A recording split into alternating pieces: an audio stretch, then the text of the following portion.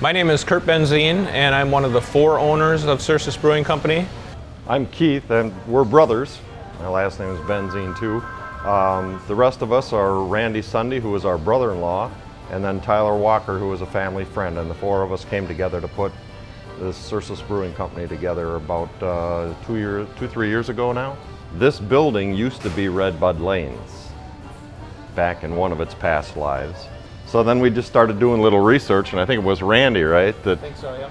Yeah, he found this article, Cercis canadensis being the genus or scientific name of the redbud tree, and it literally in this Wikipedia article mentions Columbus, Wisconsin, and this Columbus strain of the redbud tree.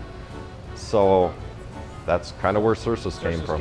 And part of it too is that we really want to become we want to be tied into the community as much as possible, and that's kind of the identity of the community. So we just felt something related to that needed to be part of our identity. Started out as a hobby. Interestingly enough, it was Kurt that started us into it. He was the first one to start.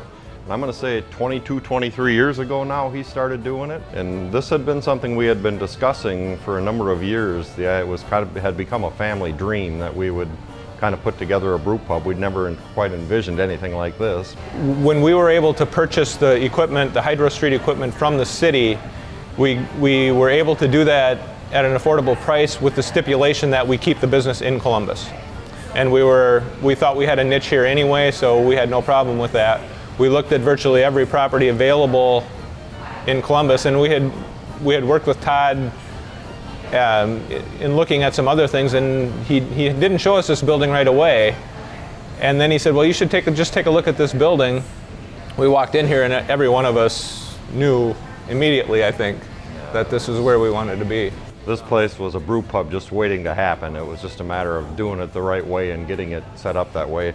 And it was subsequent to that we looked at a number of buildings, but every time we looked at a building, it was kind of half-hearted because we all knew where we wanted to be. Todd and Cheryl had done a number of things to the building. They had the front part all set up for the carriage showroom, and we didn't have to do a thing out there. The ceiling, which we think is beautiful, they had taken care of that also, and so we just kind of built off from what they had started with the corrugated metal that we have around and things, and we just kind of took their concept, their ideas in terms of design, and just kind of went with that, and it seems to have worked pretty well for us. So. Part of our mission when we started was to create a community-oriented, community-based business, try to source things locally as much as we could possibly do that, try to be a part of the fabric of this community. And the ultimate thing is to bring more people into this town, because it gives us something else in this town. And then as it turned out, now that Fast Lanes has opened up, now we have they've got a pretty good little market there with their games and their bowling and all of that. So now all of a sudden Columbus has come from having basically an economy evolving around antiques to now a pretty good little destination community for entertainment and good beverage. Yeah, I mean, you know, City Hall itself is just a beautiful old building in and of itself, and it's kind of unique to have a boulevard in a city like this, and with the angle parking and everything, and so parking is always an issue in a business like this, so we knew that we had adequate parking out there. The building itself just fits. I mean, this whole block is kind of unique, and so when you know, the appearance of the building, both inside and out, I think was really important to us. And you can look at the building from the street, and it looks like a great building. You walk inside, and so many people walk inside the building for the first time, and just look around and just kind of go, wow. And you know, I don't think we really expected that, but it's true, and it happens every day.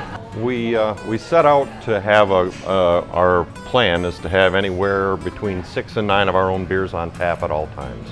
Yeah, we have 12 total lines. And what we learned as we were going through this process was that people who are regulars here love to see the guest taps come through, because then they get to try different things besides what we have on tap all the time from ourselves.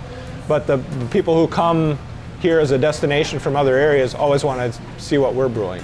So having a variety there and having choices both of our own and of guest taps, I think is really beneficial. We want this to be a family place. This isn't just a place, a bar where people come and drink. This is a family restaurant, and we have really strived to set that atmosphere here, and we believe it's happening because we have families with kids coming in here all the time. So. As we said, we really want to become part of this community for a long time to come. The community as a whole, up to this point, has been just extremely supportive. Everybody that comes in, you know, if somebody comes in and it happens to not be busy at that time, they kind of look around and is like, "You guys doing okay?" And when we are busy, everybody's really happy and looking around and saying, "You guys are doing great. We really want you to be part of this, and we really want you to be successful." So that's been a little bit overwhelming in some ways, but we hope to be around here for a long time. We really appreciate the support of the city. Anybody who hasn't been in yet that wants to check us out, we would welcome you, and just hope to see you soon.